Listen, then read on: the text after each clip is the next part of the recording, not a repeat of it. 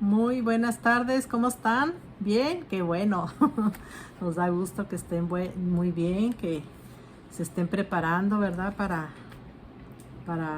estudiar la Biblia. Estamos aquí en su programa, estudiemos juntos la Biblia. La Biblia. La Biblia. Así que, pues espero que llame a sus amiguitos o amiguitas, que llame a sus hijos para que juntos podamos estudiar la Biblia. Y pues mire que ya vamos en números. Ahora vamos a contar. ¿Sabes contar? Cuenta conmigo. Bueno, vamos a contar. Hoy vamos a ver el libro de números. No, bueno, vamos a estar leyendo ya El primer el capítulo primer capítulo de números. de Números. Ya vamos en el video 115. Y bueno, vamos a ver el censo de Israel en Sinaí. Y pues vimos el video pasado en Levítico 27, las cosas consagradas a Dios o los votos. Así que hoy vamos a ver el censo de Israel en Sinaí, ¿verdad? Que dice que es el cuarto libro de Moisés. Veremos el progreso del peregrino, el censo, dice que los números es el libro de la aritmética de toda la Biblia, es el trabajar, viajar, guerrear, testificar y adorar del peregrino de Dios. Eso es lo que somos nosotros, ¿verdad? Y números pues es el mapa del peregrino. Así que vemos en Romanos 15 del 4 al 6, dice para que todo es para enseñanza. Se escribieron, ¿verdad? Para que tengamos esperanza y para que glorifiquemos a Dios. Ahí lo puede ver usted completo, Romanos 15, 4 al 6.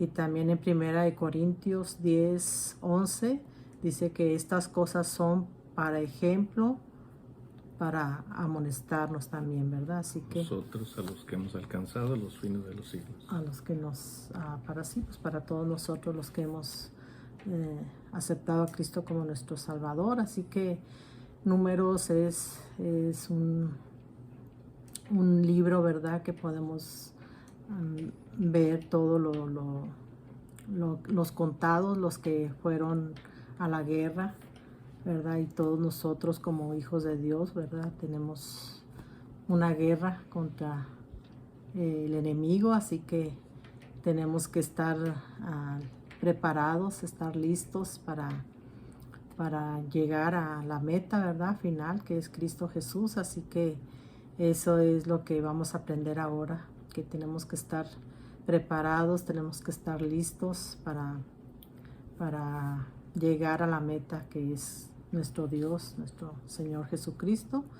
Así que hay que aprender un poco más este día. Espero que ponga mucha atención a todo lo que vamos a aprender, ¿verdad? Y que pongamos en práctica todas las enseñanzas, ¿verdad? Que Dios nos da de su palabra, la Biblia. Así que acuérdese de compartir estos videos, que no se le olvide. Cada vez que usted vea el video, compártelo a sus compañeros, a todos los conocidos, y ore por esas personas con las que usted comparte para que Dios las alcance y sean salvas, ¿verdad? Ese es el propósito de estos videos, de que conozcan a Dios y que vengan a ser llenos del conocimiento, del amor de Dios, de todos sus juicios, sus preceptos, todo lo que es Dios. Así que bueno, pues empecemos. Vamos a ver ya el capítulo de números, así que ponga mucha atención. Bien, buenas tardes. Lo que menciona aquí Gloria, lo escuchamos, ¿no? De los maestros que consideramos son buenos maestros de la Escritura. El ejemplo que se dio es que todas las cosas, que es lo que mencionó también Gloria, es que todas las cosas que les acontecieron a ellos fueron registradas para nosotros, para amonestarnos a nosotros los que hemos alcanzado los fines de los siglos. cuando habla acerca del el progreso del peregrino, está diciendo, es un título de un libro, realmente yo no lo he leído el libro ese, pero es el título de un libro, el progreso del peregrino. Y nosotros somos considerados peregrinos en esta tierra. La iglesia de Cristo es considerada, todos en la iglesia somos considerados como peregrinos solamente en esta tierra, en este mundo. Llegará un momento en que ya no vamos a ser peregrinos, vamos a ser lo que Dios dice que somos ahorita, ciudadanos del reino de los cielos. El reino de los cielos se acercó con Jesucristo y Él nos dio las pautas, ¿no?, de cómo conducirnos como ciudadanos de ese reino, que aún no está establecido aquí en la tierra, está dentro de la iglesia. Porque dentro de la iglesia nuestro rey es Jesucristo y nosotros somos los súbditos, pero nada más sobre nosotros gobierna el Señor Jesús. El Señor Jesús no está gobernando porque Él no sobre el resto del mundo, porque Él vino a preparar un pueblo dispuesto para sí mismo. Incluso envió un mensajero a Juan el Bautista para que preparara el camino para Él, para su venida. Y Él preparó a un grupo de personas para que continuaran el trabajo que Él vino a hacer. Entonces el reino de los cielos no está establecido ahora en la tierra. Está establecido solamente en la iglesia. Y entonces cuando se habla del progreso del peregrino nos está diciendo a nosotros que también nosotros estamos en un peregrinar aquí en la tierra. Y en ese peregrinar, bueno, ¿cómo que dijiste el camino del peregrino es un camino de pruebas, de obstáculos, y de victorias y de todo eso? Entonces, así como ellos tuvieron que enfrentar guerras y pruebas, obstáculos y muchísimas dificultades en el camino hacia la tierra prometida, nosotros como iglesia, como peregrinos espirituales, estamos enfrentando la oposición del mundo contra nosotros, y cada vez la oposición del mundo va a ser más extrema, más fuerte, más ruda contra la iglesia, más cruel. Acordémonos de lo que pasó con nuestros hermanos en el primer siglo. También eran peregrinos igual que nosotros en esta tierra. ¿Por qué? Porque estaban esperando la ciudad que tiene fundamentos, la Jerusalén celestial que tiene fundamentos sólidos espirituales. Entonces ellos estaban como peregrinos aquí en la tierra. ¿Y qué sucedió? Conforme ellos crecían y predicaban el evangelio, la persecución se volvió ruda y cruel contra ellos, tan ruda, tan cruel, que muchos, no fueron poquitos, fueron muchos los que murieron siendo un espectáculo en los circos romanos. Sufrieron persecución, encarcelamiento, muertes, decapitaciones, aserrados. También en la escritura se nos dice que pasaron por todas estas cosas. Dice, y el mundo ni siquiera era digno de ellos. O sea, como dicen, de una pareja, por ejemplo, ella no merece esa clase de hombre. Y dicen, él no merece una mujer como ella. O sea, puede aplicarse de forma negativa y positiva. O sea, ella no merece un hombre como ese. Puede decir que está diciendo que ese es demasiado malo para ella, porque ella es muy buena. O puede ser que sea lo contrario, que ella es tan mala que no merece un hombre tan bueno. Y viceversa, al hombre se le dice, no merece una mujer como esa. ¿Por qué? Porque el hombre puede ser tan malo que no merece una mujer tan buena. O puede decir, no merece él es tan bueno que no merece una mujer así. Entonces, el mundo no era digno de los cristianos del primer siglo. Los cristianos que verdaderamente siguen al Señor Jesús, yo todavía tengo mis dificultades, ¿no? Pero mi propósito es seguirlo de todo corazón. Entonces, el cristiano que verdaderamente sigue al Señor Jesús es alguien que el mundo no merece. El mundo no es digno de esa persona o de esas personas.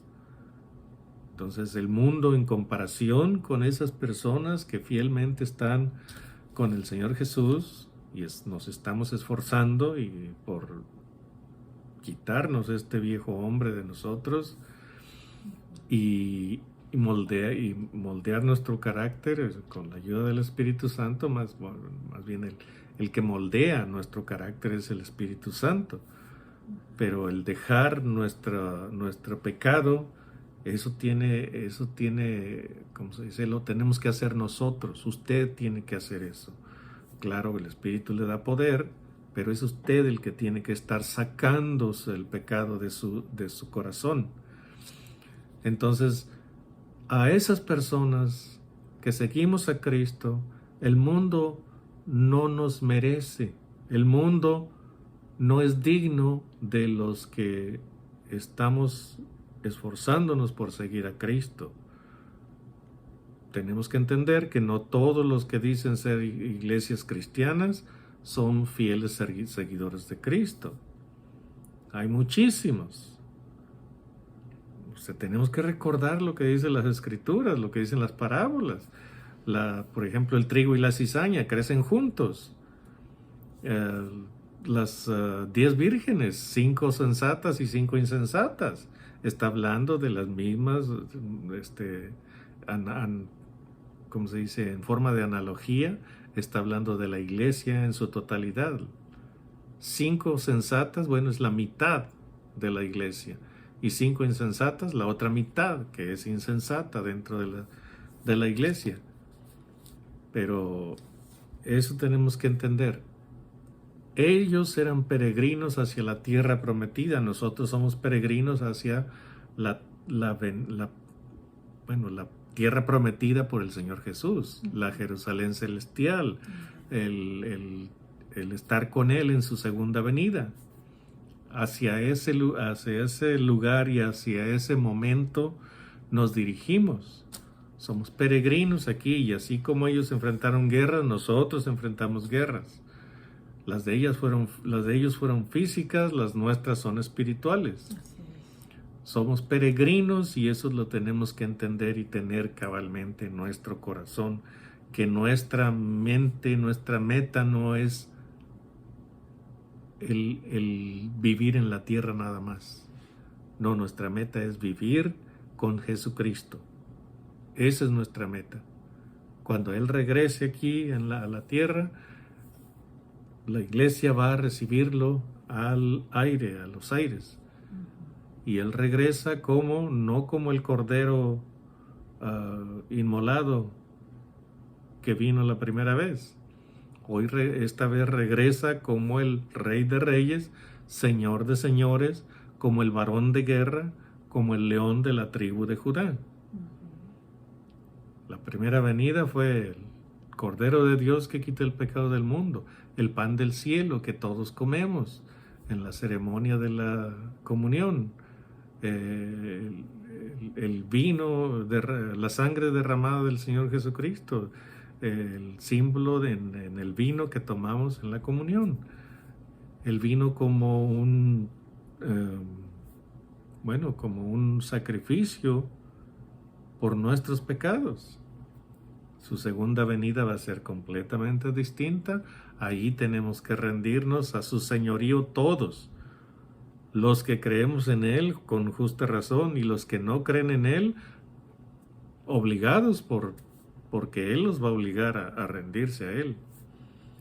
Entonces, este primer capítulo de Números es lo que nos habla de cómo empezó. Bueno, no es el primer capítulo, sino todo el libro de Números.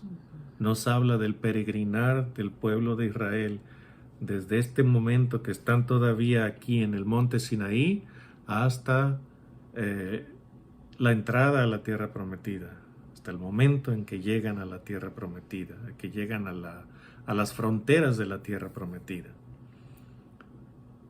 Los 40 años de peregrinación en el desierto, que fue un castigo dado por Dios en realidad, pudieron haber entrado antes, después de haber salido del monte Sinaí y llegado a las fronteras de la tierra prometida. Allí pudieron haber entrado. No habían pasado aún 2 años desde que salieron de Egipto. Entonces hubieran podido entrar allí, pero tuvieron que esperar 38 años y un poco más de 38 años para entrar a la tierra prometida. Entonces, ellos son peregrinos, usted y yo somos peregrinos aquí en la tierra.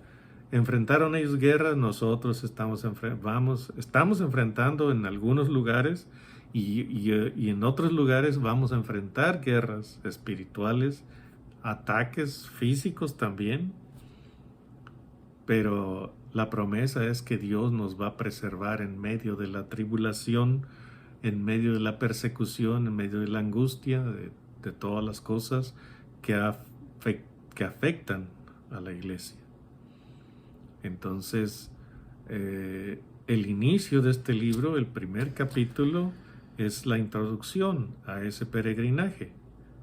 Entonces, vamos a empezar esta lectura de este primer libro, de este primer capítulo, pero no nos vamos a ir versículo por versículo porque, bueno, ya lo leímos, no es fácil la lectura de este capítulo. ¿Por qué? Porque es muy, muy pesado, muchos números, solamente vamos a señalar lo que está ocurriendo en algunas partes de este libro. Pero empecemos con una oración antes de dar inicio a la lectura. Bendito Dios y Padre, de nuevo venimos ante ti agradecidos, Padre, por lo que nos has revelado acerca de este libro de Números.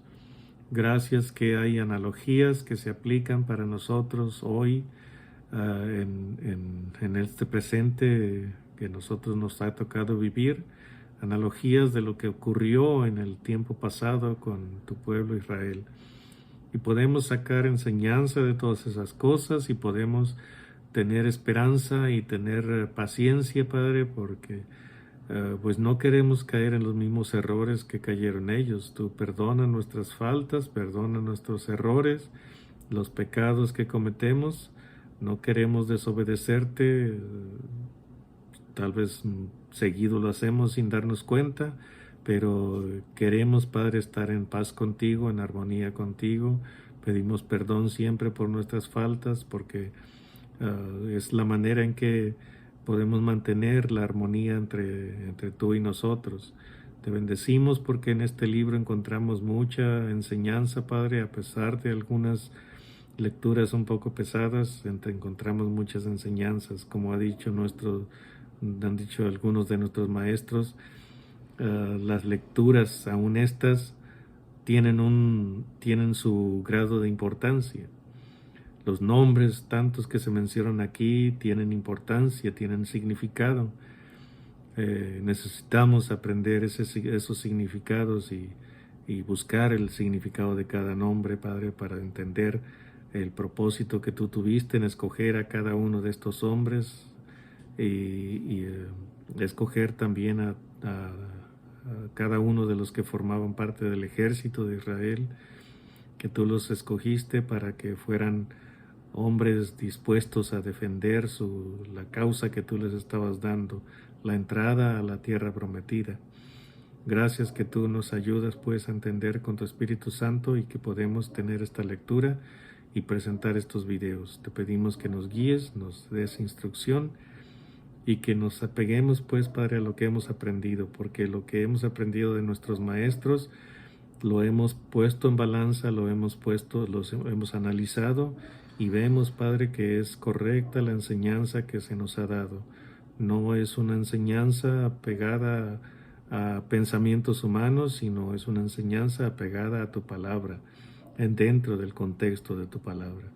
Dirígenos, pues, Padre, en esta lectura y permítenos, Padre, pues que presentarla con entendimiento, con lógica, Padre, para nuestros hermanos. Gracias, pues dirígenos en el nombre de Cristo Jesús. Amén. Amén. Bueno, pues habla su Biblia en Números 1. Vamos a leer el censo de Israel en Sinaí.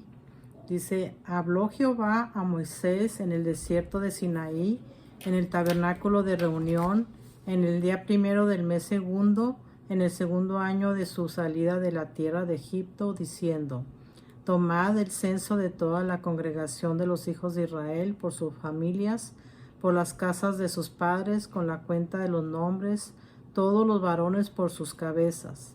De 20 años arriba, todos los que pueden salir a la guerra en Israel, los contarás tú y Aarón por sus ejércitos. Y estará con vosotros un varón de cada tribu, cada uno jefe de la casa de sus padres. Estos son los nombres de los varones que estarán con vosotros. De la tribu de Rubén, Elisur, hijo de Sedeur.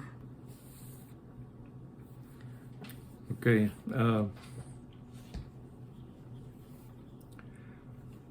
Aquí nos está diciendo que, bueno, ¿tienes algo que decir? Pues de números del 1 al 4 dice que es la preparación para el peregrinaje, el orden del campamento, y vemos en 1 Corintios 14:40, bueno, no lo voy a leer todo, dice hágase todo con orden, es lo que se va a ver aquí en Números, ¿verdad? Que todo se hace con orden, todos caminaron en orden, ellos marcharon con orden, ¿verdad? Dios lo ordenó todo. Lo vemos en Salmos 14:1, dice, pues sabemos que dice que el necio dice que no hay Dios, ¿verdad? Pero tenemos que... El orden de todas las cosas nos dice lo contrario, que sí hay Dios. Todo lo que vemos alrededor, el cielo, la tierra, todo, vemos como Dios hizo todo con orden, ¿verdad? El mar no se sale de su contorno, las estrellas nos están cayendo, siempre están alumbrando, ¿verdad? Y dice en Salmos 19:1, los cielos cuentan la gloria de Dios y el firmamento anuncia la obra de sus manos. Así que eso es lo que nos ayuda a ver que tenemos un Dios grande y poderoso, un Dios que hizo todo con orden.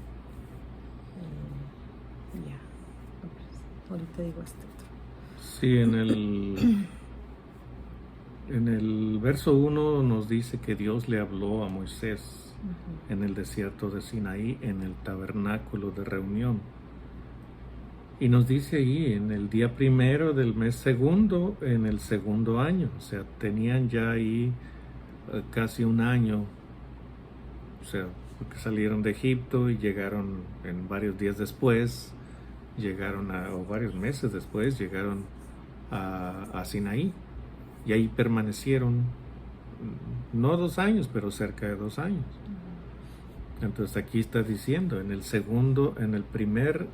día primero del mes segundo, le está hablando a Moisés, y en el segundo año de su salida de Egipto. Entonces está usando el tabernáculo de reunión para dirigirse a Moisés. Y en forma de analogía, bueno, Dios habla no a la iglesia como un edificio, como en aquel tiempo, que Él habló con Moisés en el tabernáculo. Hoy habla a la iglesia, pero no al edificio donde nos congregamos, no, sino a la iglesia que somos nosotros. A través de nuestros pastores o de todos aquellos que son nuestros ministros, a través de ellos está hablando a nosotros, a la iglesia como un ente espiritual, porque es lo que somos. No somos un edificio, no somos el lugar donde nos reunimos, no somos el templo, somos la iglesia espiritual, el cuerpo de Cristo, donde mora el Espíritu Santo, y Cristo sigue siendo nuestra cabeza. Entonces, a través del Espíritu Santo, Dios habla a la iglesia. Así como habló a Moisés en el tabernáculo, bueno, ahora habla a la iglesia a través del Espíritu Santo, porque es la morada la iglesia es la morada del Espíritu Santo. Entonces, ordena a Dios un censo. En Egipto, Dios peleó por Israel contra Faraón y con todo su ejército, hasta en el Mar Rojo. La pelea fue de Dios. Allí Dios acabó en el Mar Rojo, acabó con el ejército de Faraón, que ya estaba disminuido, pero seguía siendo un ejército poderosísimo, que hubiera acabado con todo Israel allí enfrente del mar y detrás del desierto. No tenían escapatoria. Entonces hubieran podido acabar con Israel, pero Dios peleaba por Israel. Entonces los egipcios, todo su ejército fue derrotado en el Mar Rojo, fue destruido en el Mar Rojo. Entonces Dios peleaba por ellos cuando estaban en Egipto y cuando iban en su huida. Pero ya que iban a entrar a la tierra prometida, entonces Dios ordena un censo para ver cuántos hombres aptos para la guerra tenía Israel. Entonces, por eso ordena el censo. Y Dios es específico en decir aquí, dice en el verso 3, de 20 años arriba, todos los que pueden salir a la guerra en Israel, los contaréis tú y Aarón por sus ejércitos. Entonces, de 20 años para arriba ya consideraban a un hombre apto para la guerra. O sea, ¿cuántos jóvenes hoy de 20 años no podrían salir a la guerra? En cambio, aquí ya los están considerando que están aptos para salir a la guerra. Y no habían tenido entrenamiento, porque eran esclavos en Egipto, no habían tenido entrenamiento para la guerra. Sabían de las espadas y de los arcos, de las flechas y todo eso, pero no habían tenido entrenamiento para la guerra. Por eso es que Dios dice, yo pelearé por ustedes. Ustedes tienen que ir y enfrentar al enemigo, saben cómo se usa una espada y cómo se usan el arco y las flechas, pero no tienen entrenamiento para tácticas de guerra. Y aquí vemos cuando entraron a la tierra prometida, Dios les dijo, hagan esto y hagan aquello y vayan contra estos, yo se los voy a entregar, no tengan temor de ellos, aunque sea un ejército grande. Entonces, de 20 años hacia arriba eran considerados aptos para la guerra. Y después introduce a 12 varones, uno de cada tribu, que iban a ayudar en el censo. Aquí es donde empieza un poquito lo pesado, ¿no? Y no vamos a leer todo. Es preferible que usted lo lea en su propia casa para que vea y entienda. Se mencionó en el verso 5 al primero de los 12 de la tribu de Rubén, que era la primera tribu de los hijos de Israel. Rubén era el primogénito, pero perdió su primogenitura, su derecho de primogenitura, cuando tuvo esa aventura, ese desliz con la esposa de su padre, la concubina de su padre. Entonces, él perdió el derecho de primogenitura. Cuando estaba Jacob bendiciendo o dando, ¿no?, una profecía de cada uno de los hijos, le dice a Rubén, tú eres mi primogénito. Y le dice, principal en dignidad, principal en poder, Y luego dice, impetuoso como las aguas, no serás el principal. Le quitó el derecho. Lo dejó sin ese derecho de ser el primogénito, de ser el principal entre sus hermanos. Y le dice la razón, te envileciste cuando subiste a mi lecho. Entonces, por eso no serás el principal. Entonces, de Rubén dice que es impetuoso como las aguas. Y el nombre que leyó Gloria, que está aquí, Elisur, ¿qué significa? Tú eres mi roca. Mi Dios Mi es Dios. la roca. Mi Dios es la roca. Elisur es un nombre muy específico para ese hombre. O sea, a ese hombre le quedaba ese nombre. Mi Dios es la roca. Y así cada uno de los otros nombres que aparecen aquí también tienen su significado. No los conocemos todos, pero podría ser un buen estudio para más adelante. Identificar el significado de cada uno de estos nombres. Pero ahí se menciona, por ejemplo, de Simeón, Selumiel, hijo de Surisadai; de Judá, Naasón, hijo de Aminadab; de Isaacar, Natanael, hijo de Suar. Y así se va con todos los 12 nombres de cada uno de las 12 tribus, de cada hombre de las 12 tribus. Y continúa así hasta el verso 15. Entonces, ya en el verso 16 dice, estos eran los nombrados de entre la congregación, príncipes de las tribus de sus padres, capitanes de los millares de Israel. De lo que estaba hablando Gloria hace rato, que tenía que haber un orden. Tenía que haber un orden. ¿Por qué? Porque se necesitaba orden para poder llegar con bien hacia donde iban. Tenía que haber orden, tenía que haber liderazgo.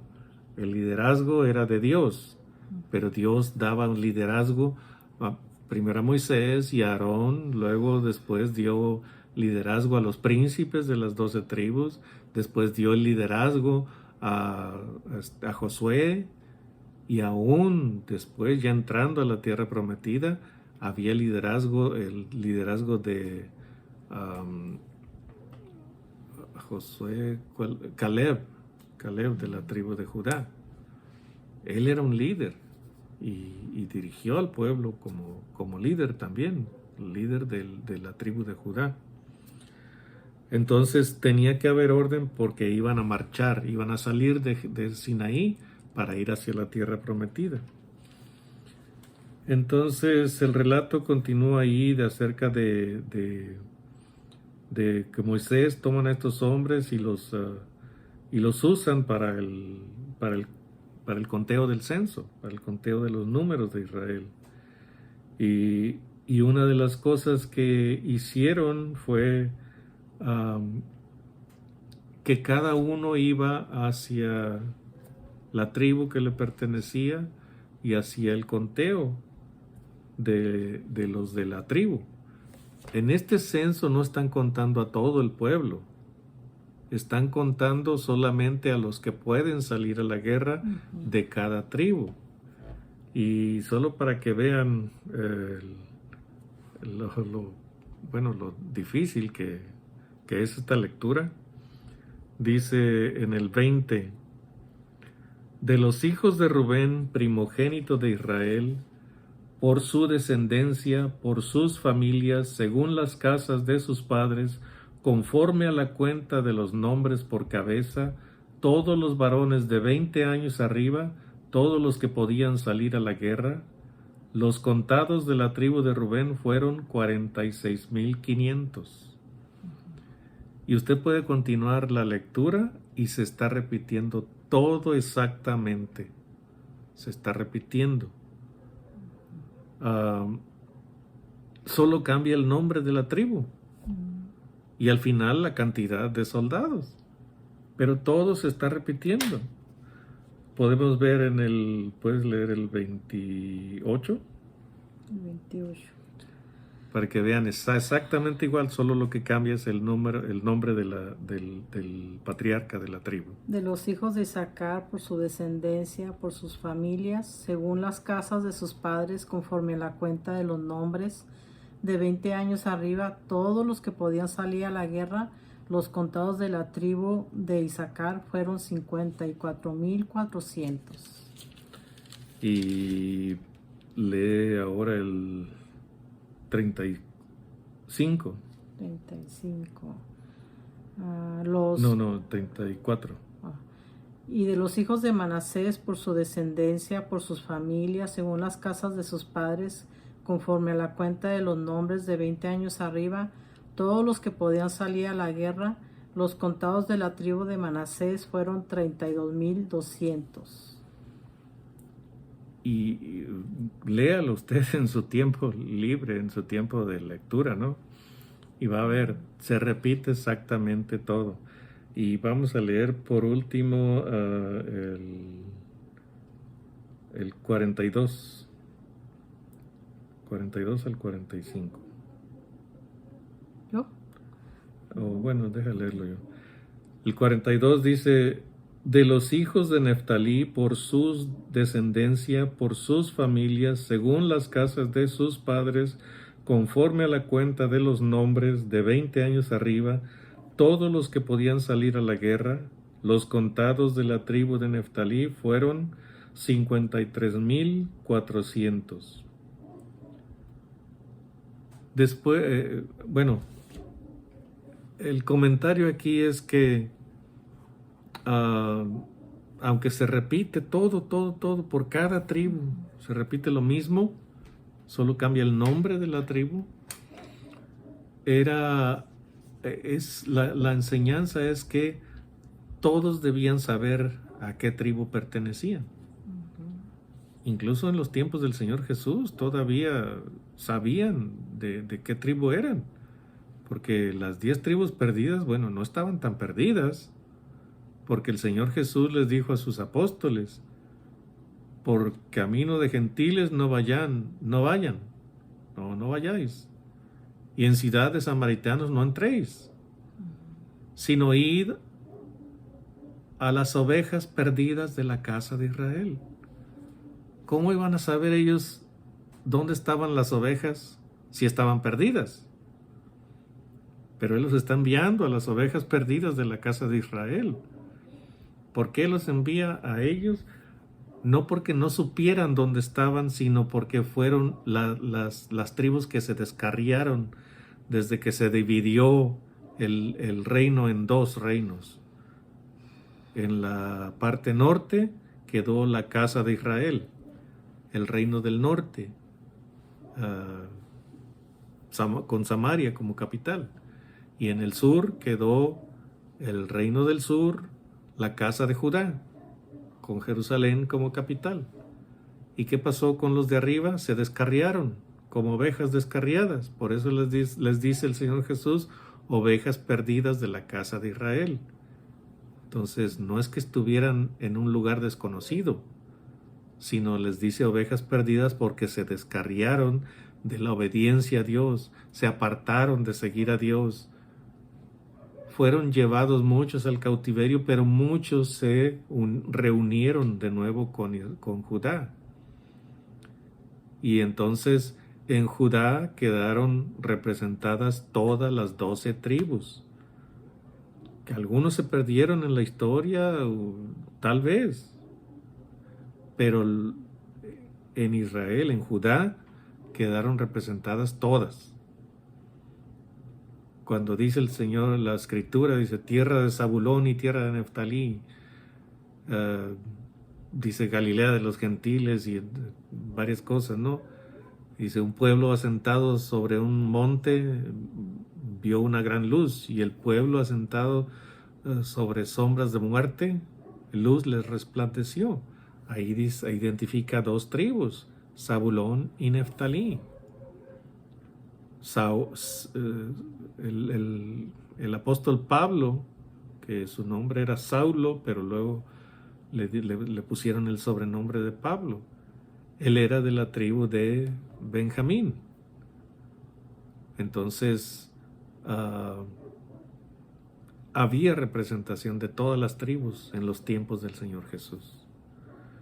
Entonces, era necesario que supieran de qué tribu eran. Incluso cuando fueron llevados al cautiverio los judíos y regresaron, cuando regresaron los levitas, tenían que saber de qué casa, a qué casa pertenecían. Sabían que eran levitas, pero tenían que saber de qué casa, de qué familia descendían. De lo contrario, no iban a poder ser levitas, y menos sacerdotes. O sea, tenían que saber si eran sacerdotes, si eran descendientes de Aarón, tenían que saber de qué familia descendían. Entonces, de lo contrario, no podían ejercer el sacerdocio. Y si no sabían de qué familia pertenecían entre los levitas, no podían ejercer su ministerio. Entonces, por eso es que se mencionan todas estas, esta lectura que es repetitiva. De tal tribu, tantos, por sus familias, por sus casas, por esto, etcétera, etcétera. Tenían que saber a qué tribu pertenecían y a qué familia. Porque está especificado ahí todo. Dice, de los hijos de Benjamín, de los hijos de Manasés, en el 34. Bueno, esa era la tribu. Pertenecía a la tribu de José, pero José se había dividido en dos tribus, Efraín y Manasés. Entonces aquí está diciendo, de los hijos de Manasés. Esa es la tribu, Manasés, pero Manasés pertenece a José. Más adelante también dice, más atrás, de los hijos de José, de los hijos de Efraín. La tribu es José, que se había dividido en dos tribus. Entonces dice, de los hijos de Efraín, esa era la tribu, una de las tribus de José. Y luego dice en 34, de la tribu de Manasés, esa era la tribu que era parte de José.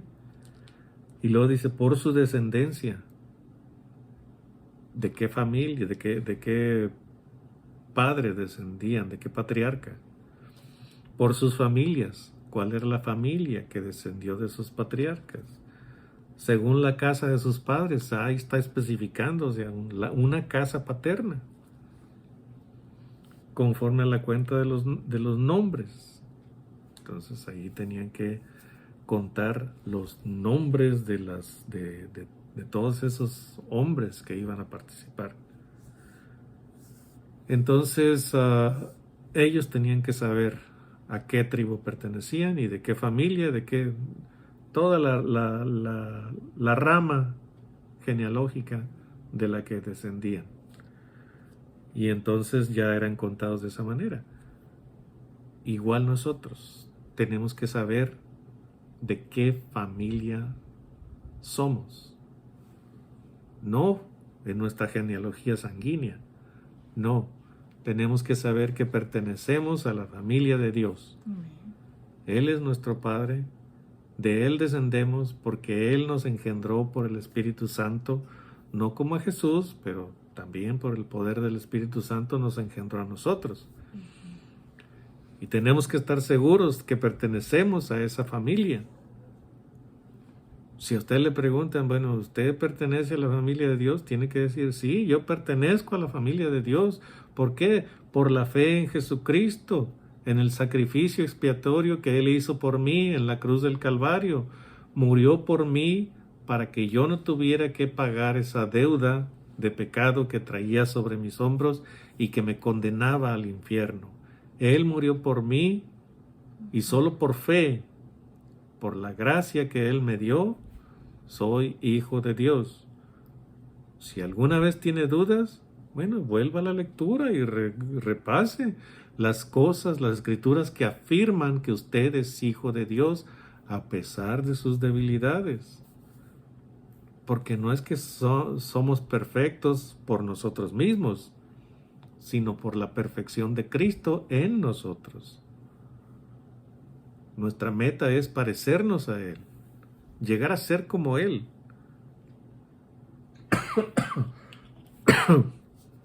Dice, hasta que todos lleguen a la estatura de la plenitud de Cristo. Hasta que todos lleguemos a la estatura de la plenitud de Cristo. ¿Cuándo va a ser eso? Bueno, cuando Él regrese aquí a la tierra. Ahorita seguimos siendo carne y seguimos siendo sangre y tenemos pecado en nosotros, pero nuestra meta es llegar a ese momento cuando nuestro cuerpo es absorbido, nuestra sangre es eliminada, fluye sobre nosotros el Espíritu Santo, dentro de nosotros el Espíritu Santo que da vida y vida eterna. Entonces tenemos que saber que pertenecemos a la familia de Dios y que por la fe somos hijos de Abraham. Y si somos hijos de Abraham, somos hijos de Isaac, somos hijos de Jacob, también somos israelitas espirituales. No como los israelitas naturales, que son descendientes directos de Israel, por la sangre. No, nosotros por la fe también somos israelitas. Entonces, cuando la Escritura dice que al final todo Israel será salvo, bueno, está hablando de los israelitas convertidos y nosotros, los gentiles, convertidos a la fe de Jesucristo. Somos israelitas, por eso todo Israel será salvo. Los descendientes del Israel antiguo y los descendientes de Israel por la fe. Los gentiles que aceptamos el sacrificio de Cristo por nuestros pecados. Somos israelitas también. Eso es lo que tenemos que tener en nosotros, saberlo con seguridad.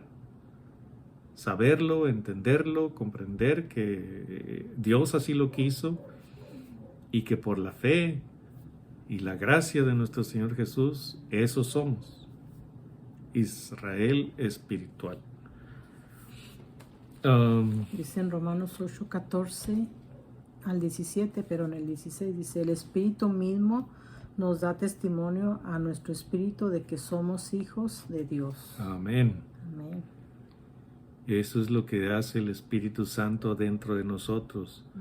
Sí, como seres humanos, bueno, algunos vamos a tener dudas, pero el Espíritu luego nos viene a nosotros, bueno, dentro de nosotros trabaja para decirnos, todo lo que necesitas es volver a tu Padre amoroso que te va a perdonar tus faltas.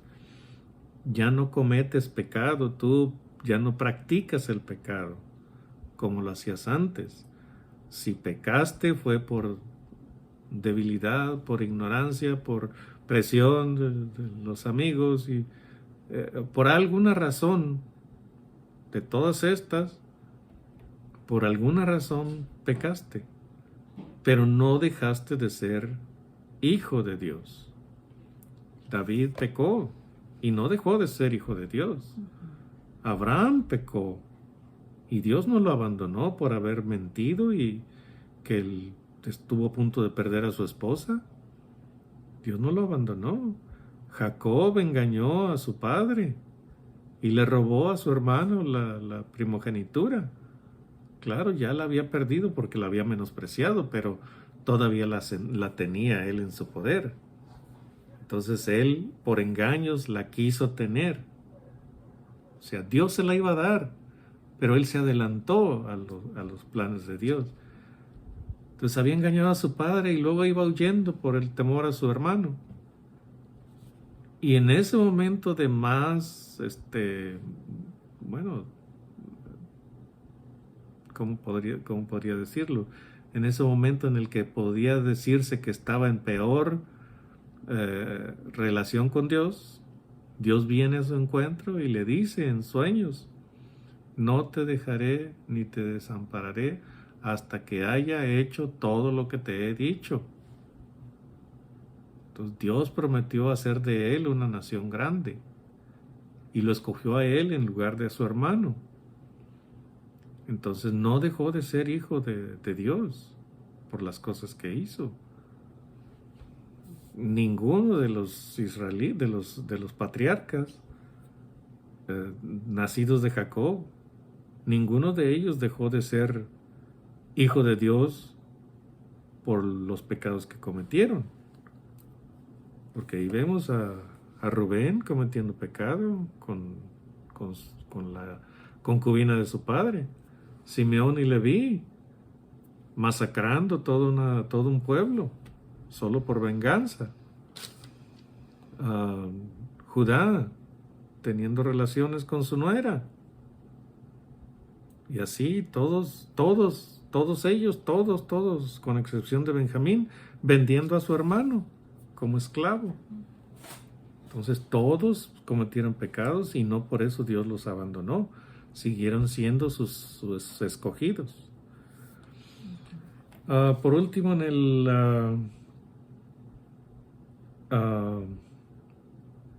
en el verso 45 y 46. Dice, y todos los contados de los hijos de Israel por las casas de sus padres de 20 años arriba, todos los que podían salir a la guerra en Israel, fueron todos los contados 603,550. Ahora, si usted quiere hacer la lectura y sumar los de cada tribu, le va a dar esa cantidad.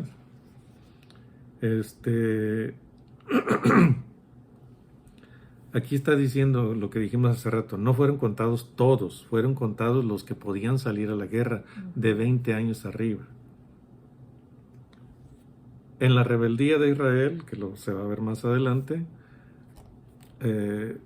todos se acarrearon un castigo. Y todos esos que fueron contados de 20 años arriba no entraron a la tierra prometida, porque tuvieron temor, dudaron de que Dios pudiera introducirlos a la tierra prometida. Lo vamos a ver más adelante. Entonces, el propósito era saber el ejército con el que contaba Israel para entrar a hacer la conquista de la tierra prometida. Y como dijimos, en Egipto Dios peleó por ellos, pero en la conquista de la tierra prometida ellos tenían que pelear, tenían que hacer la guerra. Entonces aquí los tenemos, el total de la cuenta de todas las, de cada cantidad de las tribus, el total, ahí está, 603,550. Entonces, lo que enfatizamos de estas cosas es que cada uno tenía que saber a qué tribu pertenecía. Entre estos contados no contaron a los levitas.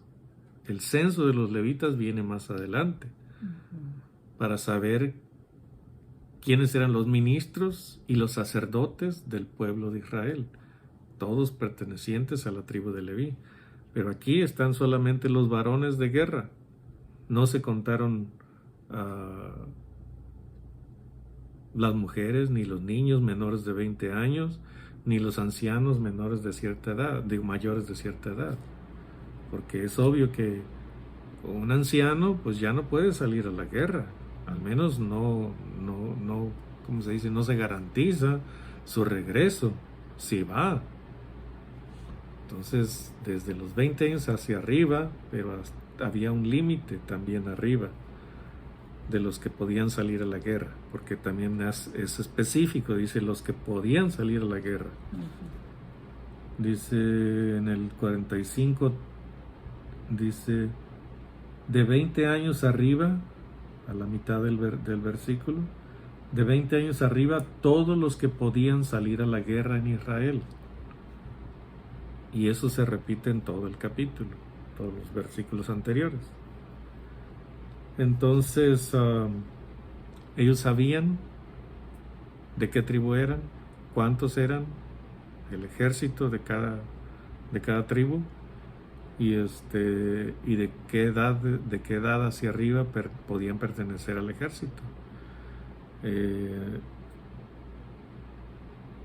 enseguida viene ahí el nombramiento de los levitas, en el verso 47. Pero dice que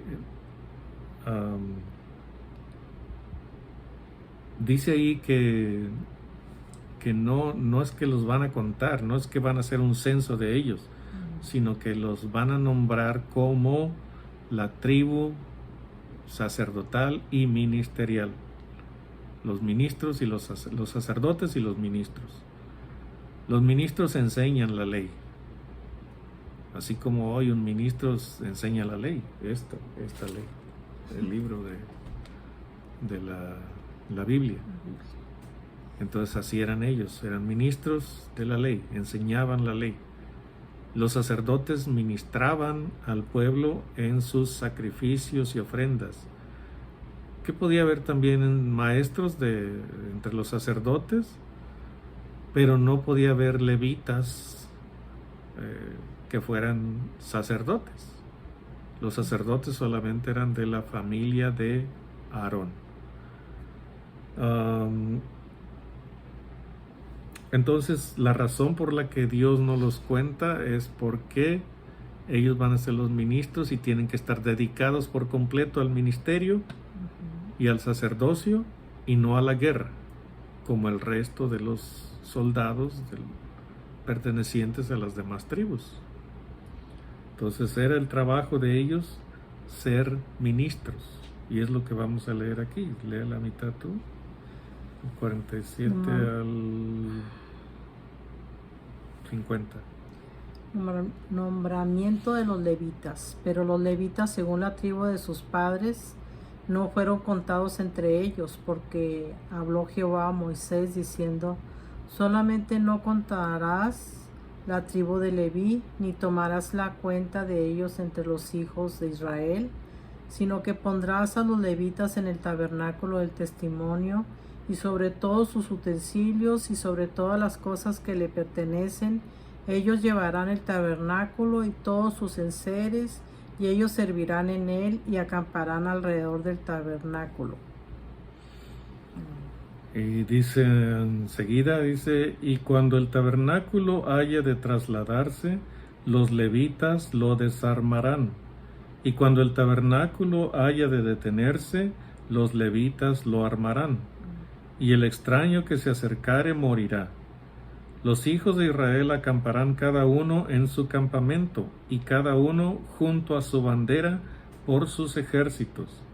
Pero los levitas acamparán alrededor del tabernáculo del testimonio, para que no haya ira sobre la congregación de los hijos de Israel, y los levitas tendrán la guarda del tabernáculo del testimonio. E hicieron los hijos de Israel conforme a todas las cosas que mandó Jehová a Moisés.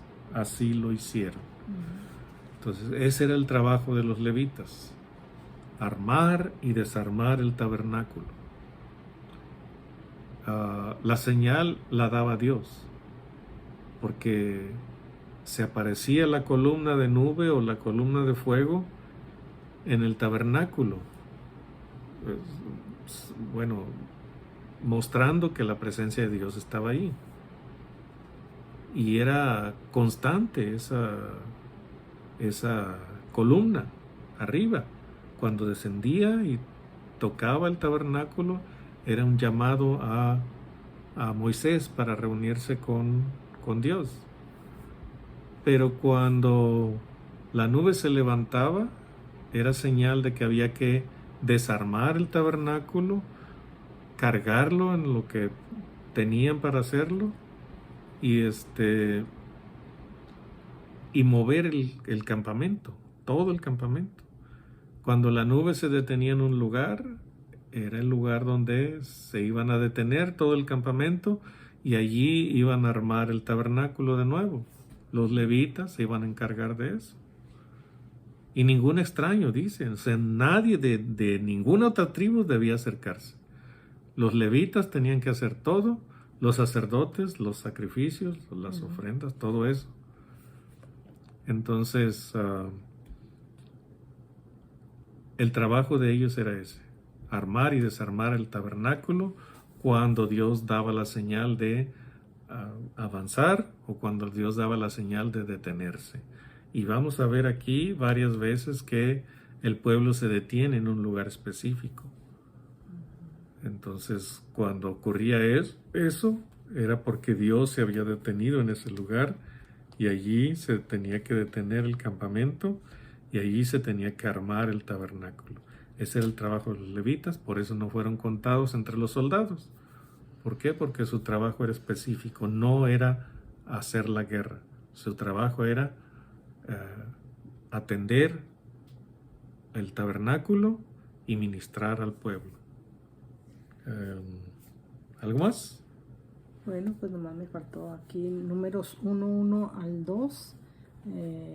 Vimos el primer censo que Dios hablaba desde el tabernáculo, y en Efesios 2:21 dice que la iglesia bien coordinada va creciendo para hacer un templo santo en el Señor. Amén. Y en números 1, 2 y 3 dice contados para hacer un ejército para pelear contra el enemigo. Y vemos ahí en Efesios 6, 10, 12 lo que ya habíamos dicho, que la lucha no es contra el enemigo, que la lucha es contra el enemigo. Tenemos un enemigo que siempre tenemos que estar peleando con él, ¿verdad? Y pues solamente es con oración, estudio de la Biblia y el ayuno, ¿verdad? Esa es la manera que podemos estar guerreando contra el enemigo. Y en 2 de Timoteo 2:3 dice que sufrimos penalidades como, dice, sufre penalidades como buen soldado de Jesucristo. Y también nos dice que peleamos la buena batalla de la fe. Y en números 1, 4, 5 dice que Dios tiene interés de cada individuo, lo que acabas de decir, la importancia de cada uno. Tenemos un nombre y tiene un significado cada nombre, ¿verdad? Y en números 1, 18 dice que la importancia de la genealogía es que nos conduce a Jesucristo. Y Dios prohibió el matrimonio entre familias. Y vemos en Nehemías 7, 63 al 64 que los sacerdotes eran excluidos cuando no sabían su genealogía. Y nosotros como cristianos podemos decir que somos de la genealogía que somos hijos de Dios, ¿verdad? Y en Juan 3:2 dice, amados, ahora somos hijos de Dios. Y en Gálatas 3:26 dice, por la fe en Jesucristo. Usted lo lee completo porque nomás lo estoy diciendo así, para que no se alargue tanto el video. En Juan 1:12 dice, mas a todos los que le recibieron, ya lo había dicho, ¿verdad? A los que creen en su nombre, les dio potestad de ser hechos hijos de Dios. Y en Gálatas 3:29 y en Romanos 8:14, 17, ya lo había dicho. En el 16 el Espíritu mismo nos da testimonio a nuestro espíritu de que somos hijos de Dios. Así que eso es lo precioso, ¿verdad? De que el Espíritu nos está siempre diciendo, eres mi hijo. Somos hijos de Dios, así que hay que seguir creyendo en nuestro Dios, hay que seguir confiando de que tenemos un Dios que nos defiende, un Dios que siempre está allí con nosotros, ¿verdad? Ayudándonos en todo, en toda batalla, en toda lucha, en todo lo que estamos pasando. Él siempre está motivándonos y alentándonos a seguir adelante. Así que, bueno, pues se ha acabado este video. Espero que usted lo comparta, que siga orando por nosotros para seguir adelante con estos videos. Ayúdenos a compartirlos porque vemos que son muy poquitos los que los están viendo, pero ojalá y usted con la ayuda suya, ¿verdad? Primeramente con la de Dios y con la de usted, pues que lo comparta y podamos ser muchos que estamos viendo estos videos. Así que, pues bueno, ese es el deseo, que Dios nos ayude a seguir adelante, ¿verdad? Que nos motive a continuar. Así que bueno, pues que Dios le bendiga, que tenga una noche súper, archi mega bendecida. Hasta un nuevo video. Bye bye. Hasta pronto. Bueno, es un decir.